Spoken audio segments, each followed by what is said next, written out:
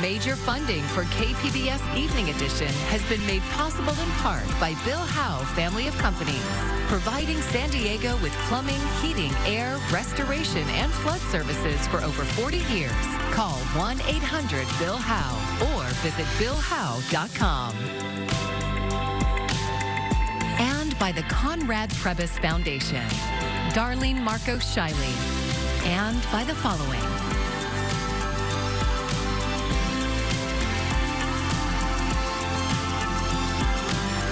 And by viewers like you. Thank you.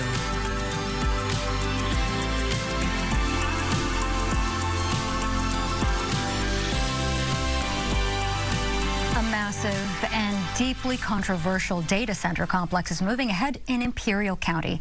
Thank you for joining us. I'm Maya Trabulsi. The Imperial County Board of Supervisors voted yesterday to clear the way for the project in the heart of the region.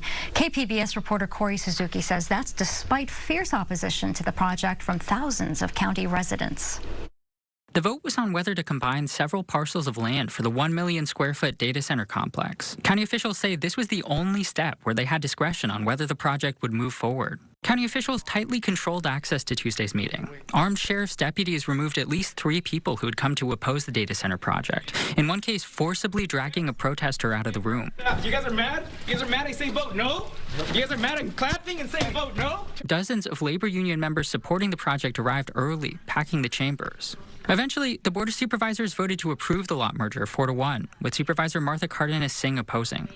Supervisor John Hawk said the decision had been very difficult for all of them, but he emphasized that the developer still needs to secure water and power agreements and meet other procedural hurdles. This project has a number of hurdles to overcome, and so let's all remember that this is just the road vacation and the lot merger, and that there is a ways to go.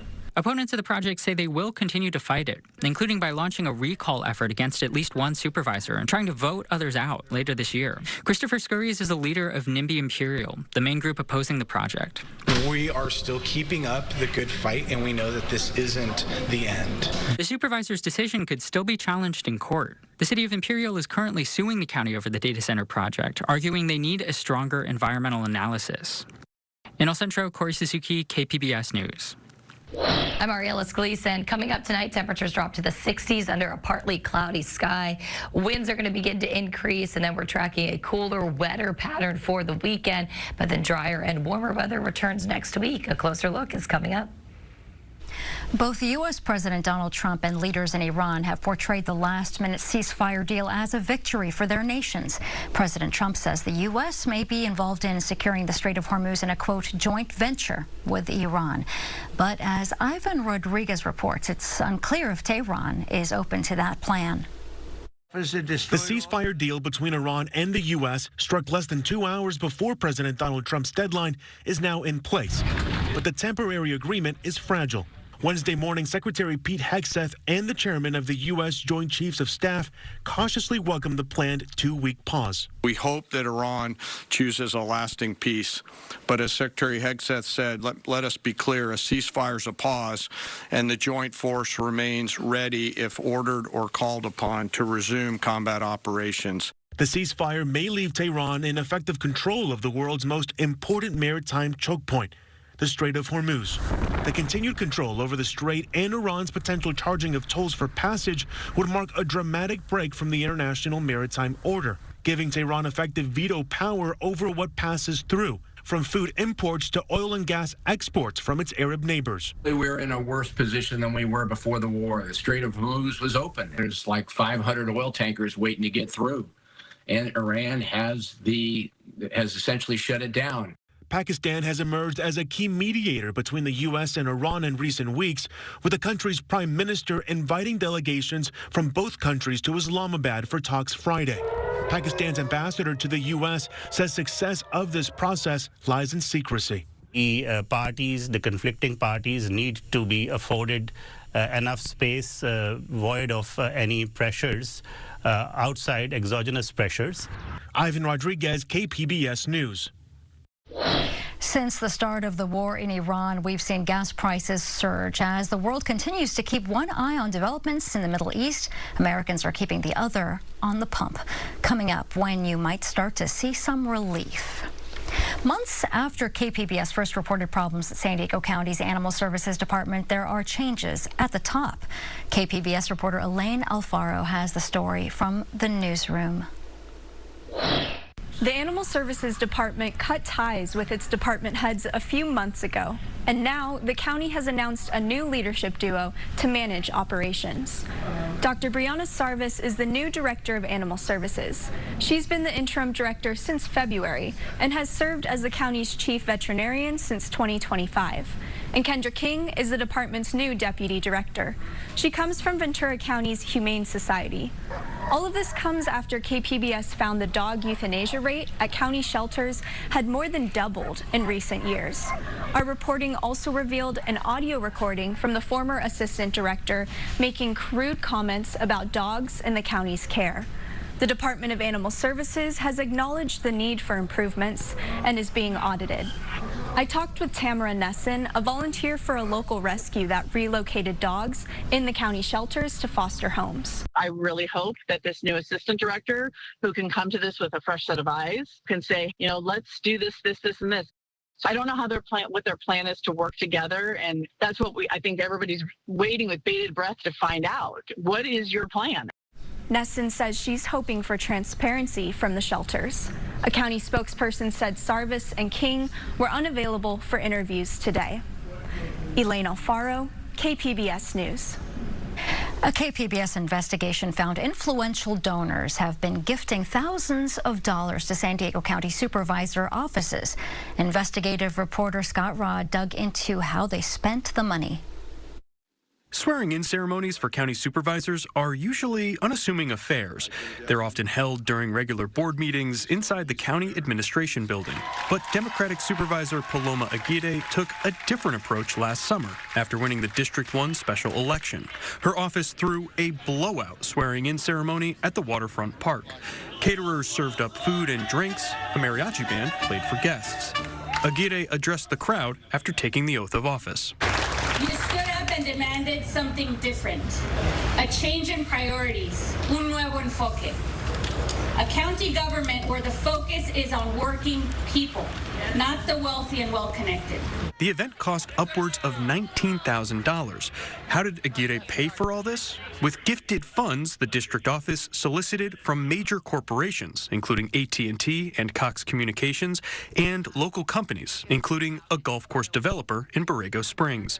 A months-long KPBS investigation found supervisor offices have received dozens of these gifted payments in recent years, totaling over $100,000.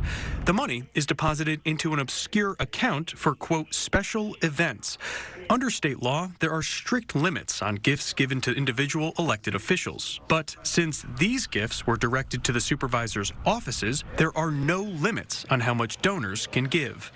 KPBS found no evidence that the supervisors broke any laws, but former state regulators and good government advocates who reviewed KPBS's findings expressed concern. First of all, it's complicated, but also it appears to be quite a gray area. Sean McMorris is with the government accountability nonprofit Common Cause California. But I think it definitely raises questions about either the law being clarified or, this jurisdiction looking into whether this is an appropriate way to go about collecting money like that. Nearly all of the gifted payments were received by the offices of 3 supervisors: Aguirre, Republican Joel Anderson, and Democrat Tara Lawson-Remer, who chairs the board. None of the supervisors agreed to an interview, and their offices did not provide expenditure receipts. But documents obtained by KPBS do shed some light on how the gifted payments were used. The same forces that have always tried to make America work only for the wealthy and well-connected are once again rigging the system, cutting everyone else out of the American dream. That's Lawson-Remer at her State of the County address last year. She solicited tens of thousands of dollars from donors to pay for catering, teleprompter services, rental equipment, and printed material at the invitation-only event. The donors included the Deputy Sheriff's Association, the County Probation Officer Association, and a local developer. KPBS found some donors gave money to supervisors' offices when they had pending business before the county. United Domestic Workers of America, for example, gifted nearly $5,000 for the State of the County address. Months later, the Board of Supervisors approved a new contract with the union that guaranteed substantial pay raises. McMorris says these situations often don't sit well with voters. And so there is a influence factor going on there where the candidate knows who's giving, how much they're giving, and in the public's eyes, that can influence possibly how an elected official votes on policy. In an email, Lawson Reamer's press secretary said, quote, "Every sponsor on this list gave to support a public event with full transparency, under county policy, and with zero strings attached." Anderson's office used some of the gifted funds for community events. The office also spent over $11,000 on mailers leading up to his re-election in 2024. Campaign finance experts told KPBS the expenditures deserve close scrutiny since there are tight restrictions on publicly funded mailers during election season. Anderson's office did not provide copies of the mailers or respond to emailed questions. The purpose of some of these gifted funds remains a mystery. Over a dozen disclosures offer the same vague description for how the money will be used. Quote, "For general public events to benefit the community." They're supposed to say like a specific description of the use. Abby Wood is a law professor at the University of Southern California and served on the state's Campaign Finance Watchdog Commission. As somebody who studies these things and understands that we have them for kind of anti-corruption reasons and also public trust reasons, that kind of raised my, spidey sense a little bit. And the county told KPBS it's beginning a review of all gifted payments going back to 2019 to ensure the donations are properly accounted for and publicly disclosed. Scott Rodd, KPBS News. If you have a tip for KPBS's investigations team, you can send an email to investigations@kpbs.org or message them on our secure signal line at the number on your screen, 619-594-8177. I'm Jeff Bennett. Tonight on the NewsHour, continued attacks in Lebanon and Israel test the fragile ceasefire with Iran. That's at 7 after Evening Edition on KPBS. San Diegans are already feeling the effects of new federal cuts to nutrition benefits. KPBS reporter Katie Heisen went to an emergency food distribution today. On Wednesday morning, volunteers unloaded boxes at Metro Villas Apartments in City Heights. Fresh cauliflower and strawberries and a special treat. Hi, Maria. Oh, we got eggs. Hey, thank you for coming. You're welcome. Medina Hussein has been coming to this food distribution for a decade. I always look forward to every other Wednesday because I love the kale. She likes to cook the kale up with tomato and onion and Maggi seasoning. It helps feed her family of 5, especially as she cut back on work hours to go to nursing school. This month, the Trump administration ended CalFresh nutrition assistance eligibility for many immigrant groups, including asylees and refugees. That affects nearly 13,000 San Diego County residents. Hussein still has her CalFresh benefits, but she hears from others who are losing them. I do hear, like people getting terrorized by, whether or not they will be able to, feed the family the whole month. City Heights Community Development Corporation says about 1/3 of the area's residents are foreign-born. Staff are working to expand food programs, including Javier Gomez. It's already a vulnerable population, right? Folks are coming into this country. Some of them, it might not speak English. They might just be their second language. He says the cuts have ripple effects. They force choices between groceries and gas, medical and light bills. And But when you cut the benefits, it's not just cutting it for the adult, or it's not just cutting it for the elder, right? It's cutting it for the children in the household. It's cutting it for the whole family. He says they've been getting more calls for help. We're seeing a spike of need, but we know that's just the tip of it, and it's just starting. CalFresh recipients affected by the cuts will not be able to renew their benefits when they expire, meaning the need will grow over time. Katie Hyson, KPBS News. The deadline to file your 2025 taxes is 1 week away. You have until April 15th to file your return. Jen Sullivan has tips for last-minute tax filers. The clock is ticking to file your 2025 taxes. You have until April 15th at midnight in your time zone, but tax experts recommend filing as soon as possible. The longer you wait, the more bad things that can happen. Mark Stieber with Jackson Hewitt Tax Services says it can take you several hours to fill everything out. And if you're filing without professional help, it can take even longer. The good news is there's still time, and you're not alone waiting until the last minute. The IRS says roughly 20 to 25% of Americans wait until the last 2 weeks before the deadline to prepare their returns. So what if you make a mistake and it's caught after the deadline? With a big error, they may charge you some interest or penalties because you didn't pay. If you leave something off that costs you money, you really need to go and get that fixed. If you need more time, you can file for a 6-month extension. But you must submit the request before April 15th.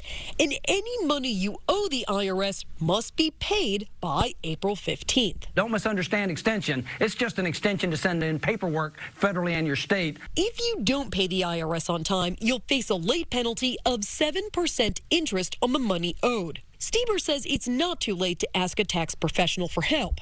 2025 was one of the largest tax law changes in my 40-year history, and there's a lot of new stuff in there that's never been tried or tested, and it can be confusing. And if you need help, most big tax services have extra staff through the 15th to help you file on time. For Consumer Watch, I'm Jen Sullivan.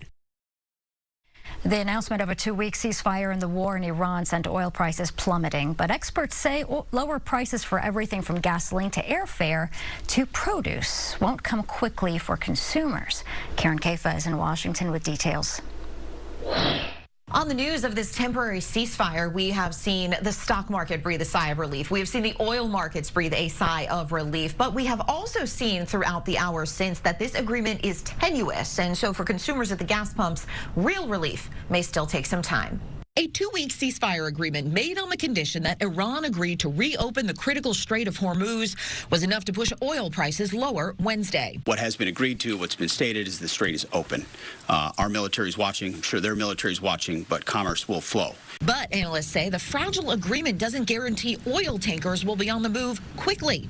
In fact, Iran halted oil traffic in the Strait Wednesday after Israel attacked Hezbollah sites in Lebanon. Market is still waiting to see how the vessels start to flow. The effective closure of the crucial Strait of Hormuz rocked global oil supply, and analysts anticipate it could take months to fully restore the flow and production of oil derailed by the war. It's going to be weeks and months to get the production back online. And given that about 3 million barrels a day of refining capacity has been damaged, that can take months to years to be repaired. Lingering uncertainty pushed the average price of a gallon of regular gas to $4.16 Wednesday, according to AAA. And while retail gas prices are expected to start falling in the coming days if all holds, price tracker Gas Buddy estimates it'll still take 1 to 2 weeks for the average to get back below $4, leaving the squeeze on drivers, but also businesses who have started to pass those higher costs along to already weary consumers with new fees for things like shipping and logistics. We will get a glimpse into the effects of elevated energy prices on the cost of everything from groceries to clothing on Friday. That is when the government releases its latest data on consumer prices and inflation, covering the month of March. In Washington, I'm Karen Kafa. So what does that mean for us? Well, here is a quick look at our local gas prices. There was not much change today. According to AAA, the average price of a gallon of regular gas in San Diego County is $5.97. That's about 2/10 of a cent more than yesterday, and it's about 77 cents higher than a month ago, shortly after prices first began to surge following the start of the conflict. Artemis II astronauts are still flying high following their triumphant lunar flyby. They made more history yesterday, calling their friends aboard the International Space Station hundreds of thousands of miles away. It was the first moonship to spaceship radio link-up ever. They captured over 175 gigabytes of imagery from the lunar pass alone just yesterday, and the images that you are seeing right now have been transmitted back to Earth predominantly through optical communication, which is pretty cool stuff.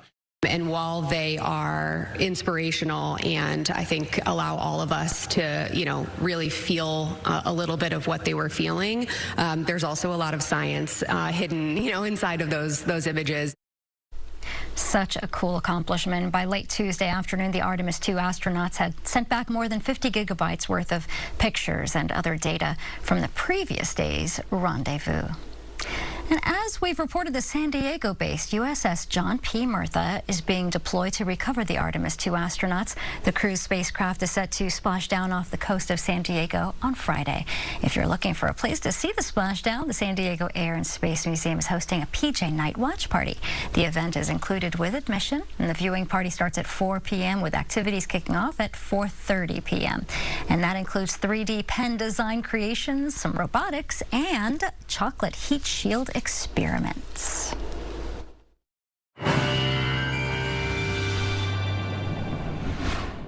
After a pretty nice start to the week, we are tracking some changes here, beginning with the wind increasing through the day on Thursday, and it stays windy on Friday as we start to see showers return. And it's going to be a cooler weekend with a few showers, especially Saturday into Sunday. And then peeking into next week, we'll start to dry out, and then warmer temperatures will arrive as well. Tonight, we'll drop down into the 40s, 50s, 60s, depending on your location. One of the kind of warmer spots tonight, San Diego at 61. Meanwhile, Borrego Springs down to 58, Mountain Laguna down to 45, Oceanside 54, and Chula Vista, you'll drop down to 57 degrees. All right, as we go into the day tomorrow, most of us are still dry through our Thursday with a warm day in Borrego Springs at 88, 56 in Mount Laguna, and we'll see some clouds here back towards Oceanside, San Diego, Chula Vista, with highs into the low to mid 70s. Things start to ramp up, though, across the West Coast as we head into later Thursday, Friday through the weekend. So I don't think we really get into the rain here until Friday. And we'll see those showers continuing to linger as we head into our Saturday and Sunday. And of course, all eyes off the coast of Southern California's Artemis II splashing back down here on Friday at 5:07, 63 degrees, partial sun, 20% chance of a shower, and a low risk for lightning. A little bit of a breeze out of the west-southwest, and a little bit of choppy surf there at 3 to 5 feet with the water temperature at 64 degrees. All right, let's take you into the forecast here, as we'll watch rain and a thunderstorm by Saturday along the coast, but drier conditions on Sunday. We'll take you further inland where the weekend, it's a bit showery both days, Saturday and Sunday, and some cooler weather here, moving back in after 80s for tomorrow. Mountain forecast here, it's going to be a chilly, wet weekend with highs only into the 30s, but we rebound nicely on Monday, and even across the desert will be mostly cloudy on Saturday with a few showers. For KPBS News, I'm Ariella Scalise. A new season of the KPBS podcast, The Finest, is out right now. It captures the people, art, and movements, redefining our region's cultural identity. A new episode is coming out tomorrow. You can catch up on the rest of the second season at kpbs.org/thefinest or wherever you listen to your podcasts. Last month, the opening night of Karama's San Diego Arab Film Festival sold out a week in advance. So KPBS cinema junkie Beth Accomando is giving us an early preview of its second weekend of films set for April 17th.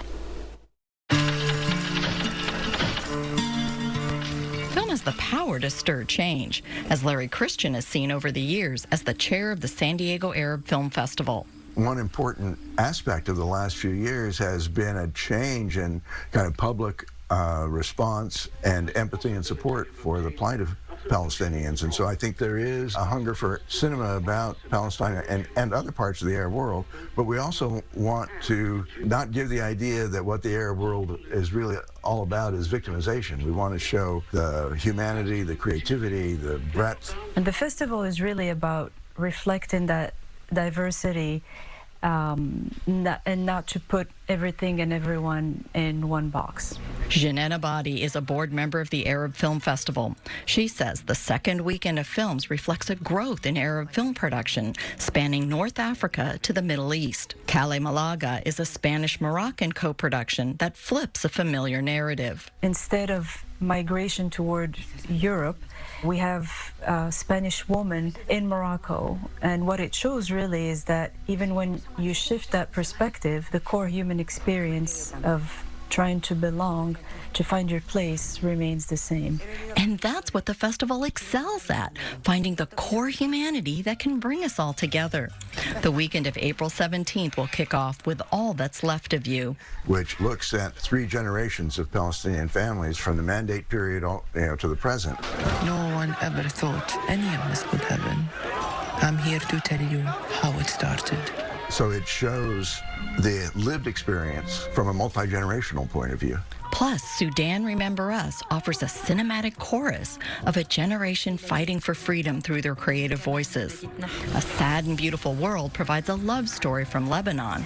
And The President's Cake introduces audiences to Iraq's Draw Day and its consequences for a little girl. The San Diego Arab Film Festival has 3 more days of food, shorts, and features at the Museum of Photographic Arts. Beth Accomando, KPBS News. And here's a look at what we're working on for tomorrow in the KPBS newsroom. Teens and young adults have a growing problem with sports betting and gaming. NPR's Morning Edition examines how can parents talk to their kids about gambling before it becomes a problem. And KPBS Midday Edition is getting ready for the weekend with the arts preview plus a taste of the latest episode of The Finest. You can find our stories right there on our website, kpbs.org. From all of us here at KPBS, thanks for joining us.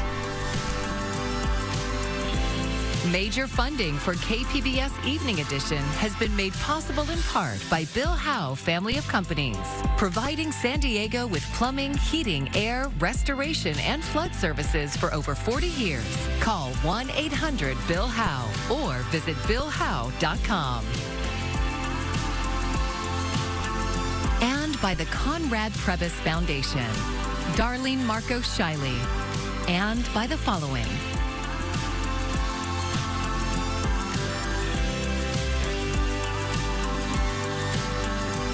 By viewers like you. Thank you.